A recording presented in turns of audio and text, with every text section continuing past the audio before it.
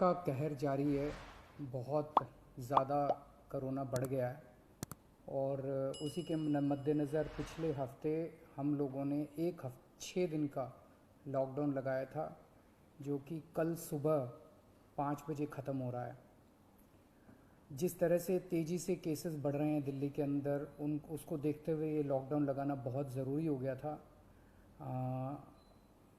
ये एक तरह से आखिरी हथियार है कोरोना के से डील करने के लिए, लेकिन जिस तरह से केसेस बढ़ रहे थे ये आखिरी हथियार इस्तेमाल करना ज़रूरी हो गया था। लेकिन अभी भी कोरोना का कहर जारी है और कोरोना कम नहीं हो रहा।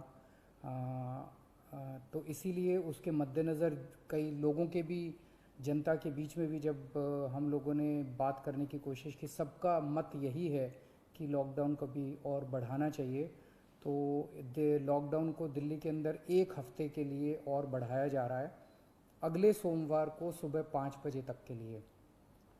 इस दौरान हमने देखा, लॉकडाउन के दौरान, की संक्रमण दर, पॉजिटिविटी रेट जिसको कहते हैं, ये लगभग 36-37% तक पहुंच गई। आज तक इतनी संक्रमण दर हमने दिल्ली में तो नहीं देखी, बाकी दुनिया भर में हो सकता हुई हो कहीं पे, लेकिन 36-37% तक संक्रमण दर पहुंच गई। पिछले 1-2 दिन से थोड़ी सी कम हुई है, आज 30 के नीचे आई है, 29 पॉइंट कुछ आई है। मैं ये नहीं कह रहा कि कोरोना ख़त्म होने की दिशा में जा रहा है, लेकिन ये अभी तथ्य हैं, अभी और कुछ दिन देखना पड़ेगा। हो सकता है बढ़ जाए, हो सकता है कम हो, लेकिन हम भगवान से प्रार्थना करते हैं कि कोरोना से हम लोगों को मुक्ति मिले। पिछले कुछ दिनों से हम देख रहे हैं कि दिल्ली में ऑक्सीजन की काफ़ी ज़्यादा समस्या हो रही है। दिल्ली में ऑक्सीजन की काफ़ी कमी महसूस हो रही है। हमने, हाँ, दिल्ली की इस वक्त ज़रूरत 700 टन की है और हमें केंद्र सरकार से 480 टन अलॉट हुई है। कल 10 टन और अलॉट किया केंद्र सरकार ने, 490 टन अब दिल्ली को अलॉट हुई है। लेकिन ये पूरी अलॉटमेंट भी अभी दिल्ली में नहीं आ रही है, इसका भी काफ़ी कम, एक तरह से कल 330-335 तक ही दिल्ली पहुंची है। तो 700 टन की ज़रूरत है इतने कोरोना की महामारी में, उसके मुकाबले में 330-335 ही पहुंच रही है। ये दिल्ली, जो ऑक्सीजन की कमी है, दिल्ली के अंदर ऑक्सीजन पहुंच नहीं रही है, जगह जगह से जो ऑक्सीजन आनी है, ये एक बहुत बड़ा कारण है जो ऑक्सीजन की कमी जगह जगह अस्पतालों में महसूस हो रही है। लेकिन हमारे ऑफिसर्स, हमारे सभी मंत्रीगण, हमारे सभी लोग रात रात भर पिछले कुछ दिनों में, जब से ऑक्सीजन की कमी हुई है, एक एक अस्पताल जहाँ जहाँ कमी है वहाँ सप्लायर से, मैन्युफैक्चरर से, ट्रक ड्राइवर से जो लेके आ रहा है उससे फ़ोन कर करके कोशिश कर रहे हैं कि समय पे अस्पताल में पहुँचे। मैं ये नहीं कहूँगा कि सारी कोशिशें कामयाब रही, कई जगह फेल भी हुए हम लोग, और कई जगह हम समय पे ऑक्सीजन पहुंचाने में हमारी टीम कामयाब भी हुई। तो सबसे पहले तो मैं उनको, जो रात रात भर काम करके और अस्पतालों तक ऑक्सीजन पहुंचाने की जो लोग भी कोशिश कर रहे हैं, उन सबका मैं धन्यवाद करना चाहता हूं कि इतने मुश्किल समय में इतनी मेहनत कर रहे हैं। क्योंकि ऑक्सीजन इतनी इस वक्त कीमती है, इतनी कम है, तो उसका मैनेजमेंट करना बहुत ज़रूरी है।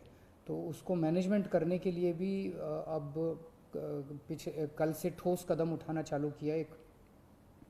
हमने एक वो पोर्टल टाइप बनाया है और ऑर्डर जारी कर दिए गए हैं, जिसमें हर 2-2 घंटे में मैन्युफैक्चरर से लेके और अस्पताल तक, एंड यूज़र तक, हर एक को 2-2 घंटे के अंदर अपनी ऑक्सीजन की पोजीशन बतानी पड़ेगी। कि मैन्युफैक्चरर को बताना पड़ेगा कि पिछले 2 घंटे के अंदर कितने ट्रक उसके निकले, सप्लायर को बताना पड़ेगा कि कितने ट्रक उसके दिल्ली के अंदर, दिल्ली की तरफ जा रहे हैं, अस्पतालों को बताना पड़ेगा कि पिछले 2 घंटे में कितनी इस्तेमाल हो गई, कितने घंटे की और बच गई। ये सारी चीज़ें ताकि दिल्ली सरकार को पता रहे कि कहाँ कमी आने वाली है। तो इसके अलावा केंद्र सरकार से काफ़ी सहयोग मिल रहा है। कल भी पूरा दिन केंद्र सरकार के अलग अलग मंत्रालयों के साथ हमारे ऑफिसर्स की टीम बैठी रही, और दोनों टीमें, केंद्र सरकार और दिल्ली सरकार, अच्छे से मिलके काम कर रही हैं, और कोशिश की जा रही है कि जो भी सप्लाईज़ आने में दिक्कत हो रही है उन दिक्कतों को दूर किया जा सके। और मैं समझता हूँ कि आने वाले कुछ दिनों के अंदर ये बहुत ज़्यादा अफरा तफरी का जो आलम है ये ठीक हो जाना चाहिए।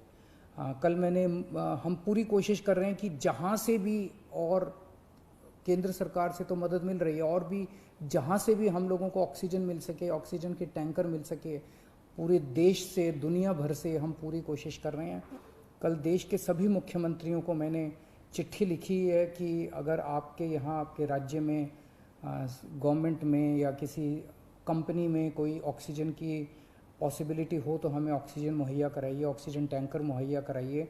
कुछ एक राज्यों के साथ बातचीत भी शुरू हुई है, जब भी कुछ कॉन्क्रीट नतीजे आएंगे मैं आपको ज़रूर बताऊंगा। लेकिन बहुत ज़्यादा कठिन परिस्थिति है। इन कठिन परिस्थितियों के अंदर सब मिल के काम कर रहे हैं। मैं उम्मीद करता हूं कि ये जो इतनी बड़ी इमरजेंसी